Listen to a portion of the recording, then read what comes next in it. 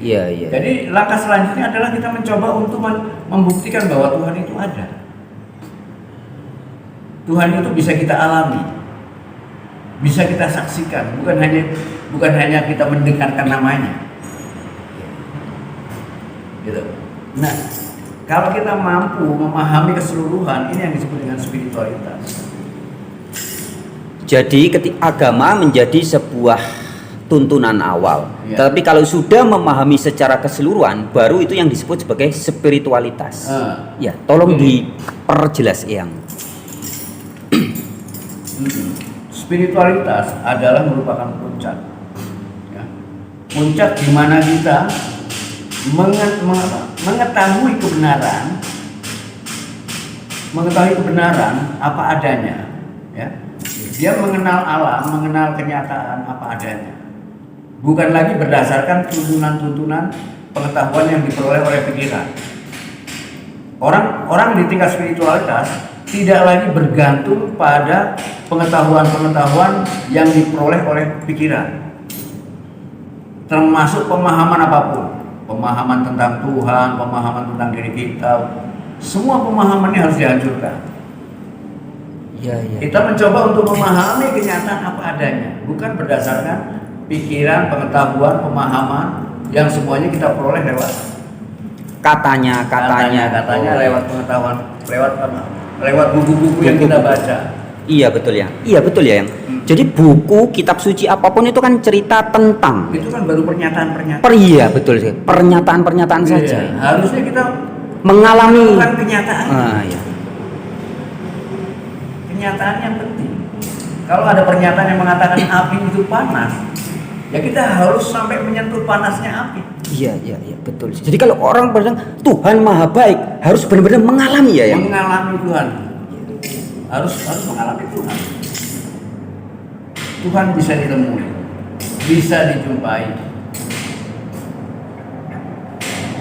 Nah, apa yang selama ini, coba gini, mohon bantuan penjabarannya yang apa yang selama ini menghalangi orang kebanyakan, terutama kaum agamawan atau orang yang masih bersifat konseptual itu, sehingga tidak menjumpai Tuhan? Apa ini penyebabnya? Mereka beranggapan dengan pikiran bisa berjumpa dengan Tuhan. Sama sekali pikiran tidak akan mampu menjumpai Tuhan. Ini bagus sekali. Ini kunci utama ya, yang. Iya. Coba diulangi lagi ya. Sama sekali pikiran tidak bisa menjumpai Tuhan.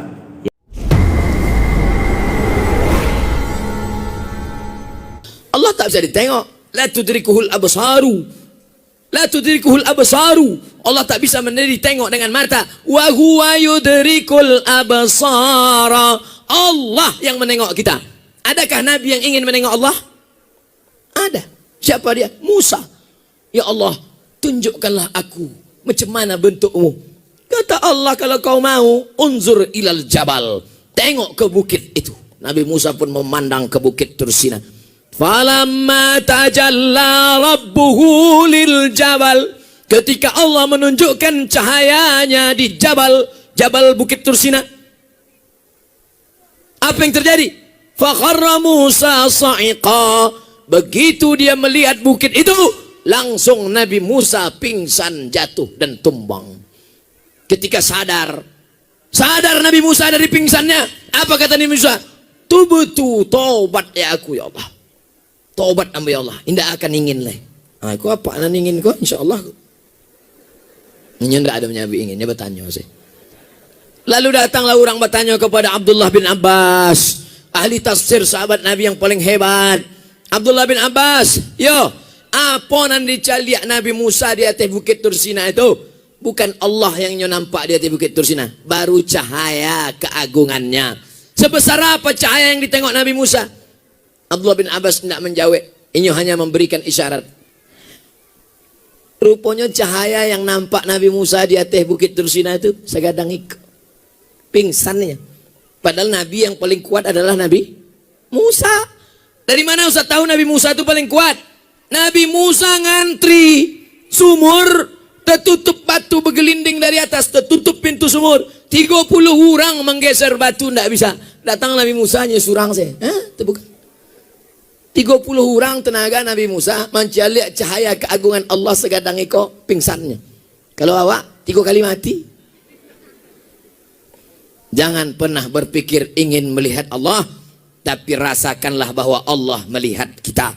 Kalau ada tuan guru mengaku-ngaku memandang Allah Ta'ala, ambola ambo pejam mata, ambola putih makrifat, kalau nampak Allah, nampak ambo Allah, antuk kan kepalanya ke tiang. Lapor ke Pak Kapolres Kapolsek, penistaan agama, penodaan agama, ada pasalnya. Siapa yang mengaku melihat Allah Subhanahu wa Ta'ala? Karena apa? Ulama tasawuf setinggi apapun kajinya, tengok si Abdul Wahab Sa'rani dalam kitab Tanbihul Mukhtarin, idza ra'aita rajul, kalau kau tengok ada orang mengaku wali Allah, yatiru fil hawa, terbang di atas awan, yamsi 'alal ma, berjalan di atas air, la taghtar, jangan tertipu. Walaupun terbang di atas awan, walaupun berjalan di atas air, la taghtar, jangan tertipu. Tapi pandanglah bagaimana istiqomahnya dalam beribadah. Iko ndak sembayang mengaku mencari Allah. Tuan guru ndak sembayang. Ambo sembayang di Masjidil Haram. Ustaz Somad sembayang. Ustaz Somad tuh Ustaz syariat tuh, itu hakikat tuh. Lah putih gaji kan. Bukan di situ memandangnya, tapi tengoklah. Makanya pesantren ini ingin menyelamatkan orang jatuh dari perbuatan bid'ah, khayal, ilustrasi, halusinasi. Tapi diselamatkan dia dengan berpegang kepada Quran dan sunnah. Taraktu fikum amra ini, kutinggalkan pada kamu tak banyak, 2 perkara saja. Intamasaktum bihima, kalau kamu pegang yang 2 ini, lan tadillu abada, tak akan sesat untuk selamanya. Kitab Allah Al-Quran dan sunnah Rasulullah sallallahu alaihi wasallam. Abu Bakar tidak menengok Allah, Umar tak menengok Allah, Ali tak menengok Allah. Tiba-tiba ada orang sekarang mengaku menengok Allah, laporkan ke Kapolres, penistaan agama, aliran sesat, masukkan ke penjara, baru dia tahu. Tidak maunya sholat. Kalau dia tidak sholat, tanya, mengapa kamu tak sholat? Jawabannya 2. Kalau dia mengatakan sholat itu mubazir, buang-buang masa saja, kafir. Orang yang mengingkari sholat maka hukumnya kafir. Tapi kalau dia mengatakan saya tahu sholat ini wajib, saya tahu sholat ini wajib, mengapa tak sholat? Kamu malih, fasik. Kalau orang menolak sholat, kafir. Kalau orang menerima sholat tapi tak mau sholat, malas, fasik. Orang yang kafir. La yahillu damu mri'in muslim illa bi ihda salas. Tak halal darah orang untuk dipancung kecuali melakukan 3. Yang pertama, an-nafsu bin nafsi, pembunuh dalam Islam tidak dipenjara tapi dihukum pancung. Yang kedua, as-sayyibu zani, sudah menikah berzina, ditanam sekerat setengah badan, lempar batu sampai mati. Yang ketiga, at-tariku lidinihi al-mufariqu lil jamaah, orang yang murtad, mengingkari salat, mengingkari zakat, mengingkari ajaran Islam, mengingkari jilbab wajib, halal darahnya. Kenapa? Karena dia sudah dianggap murtad, kafir dengan ajaran Nabi Muhammad sallallahu alaihi. Orang Islam yang murtad, bukan non muslim, beda kan? Ini nanti dipotong ini. Wah, Ustadz radikal.